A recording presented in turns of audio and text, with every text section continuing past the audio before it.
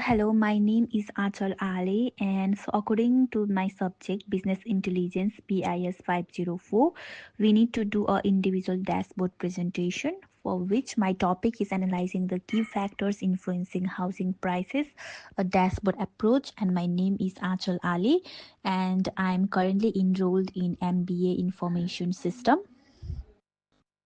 So let's start the presentation. Dashboard overview, housing price influencers. The dashboard considers factors like parking, furnishing, hot water heating, and bathrooms to name a few as aspects that influence the value of property. The above mentioned aspects lower the aspect of the housing market since aspects such as market cycles and socioeconomic patterns remain ignored. Aspects such as preferred neighborhoods are treated vaguely with no discussion of what makes them considerable, looking to aspects such as safety, transport, healthcare, and schools. Air conditioning and property value. Data indicates that homes with AC are highly priced when compared to those that lack this particular amenity. However, the effect is moderate and often overshadowed by other variables such as size and location. However, the study shows that this higher pricing of homes with AC does not put to consideration climate specific aspects and data set limitations. Hot water heating and property value.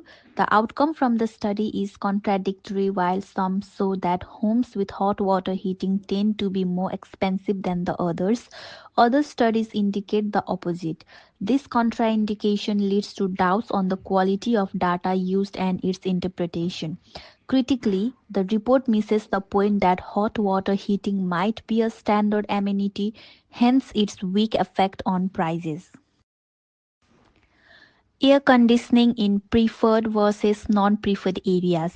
In preferred areas, AC is more common, while in non preferred areas, most homes lack AC. The analysis suggests location drives access to amenities, but it mistakes correlation for causation. Critically preferred versus non preferred is too simplistic, it ignores socioeconomic stratification and affordability trade offs. Average prices preferred was non-preferred areas. Statistic indicates that there has been definite price premium on homes located in desirable regions. This fact is not surprising because location has always been acknowledged to be the most significant factor that determines property value. The research does not sound too comprehensive. It fails to explain why some locations are appreciated in terms of transport, environment, social capital, while others are left out. Furnishing status and property value. The average price of a fully furnished house is 5.5 m, while that of semi-furnished house is 4.9 m million, while of that of an unfurnished house is 4 m. The assumption pointed out in the study is that furnishing itself adds value, but ignores that larger and newer homes are also more likely to be sold furnished. Furthermore, it is important to note that the aspect of furnishing is context specific since some buyers can consider their own customization. The major weakness is that no consideration of whether price gaps persist over long term resale. Furnishing bedroom and parking. Furnished and semi furnished homes have an average of 3 bedrooms, while those that are unfurnished have an average of 2.5 bedrooms. Additional furnishing calls for increased parking spaces. Furnishing can be considered as a proxy for higher quality homes that are large and fail to reflect of the aspect of driving. Bathrooms and property value.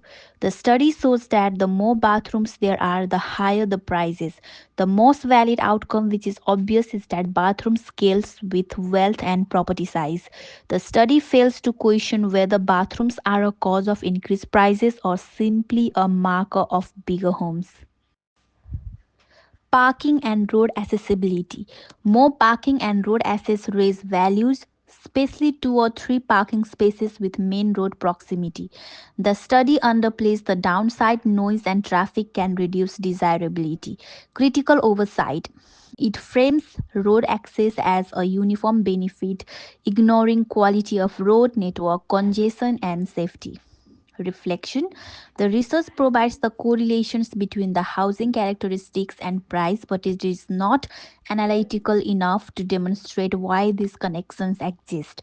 The use of a descriptive typification like the preferred areas creates a very simplistic image without unfolding the social, economic, or spatial context. Amenities such as furnishing, bathrooms, or air conditioning fall in the category of the additional impact on the price, but they could only be linked to a factor of the property type, size, age, and wealth of a neighborhood. The analysis lacks consideration of the international between structural forces including income distribution, planning regulations, and cycles with property characteristics to determine value. The report places too much emphasis on surface level patterns and thus may exaggerate the role that secondary amenities can play in explaining housing prices at the cost of explaining systemic determinants of prices more clearly. So, thank you. That's all for my presentation.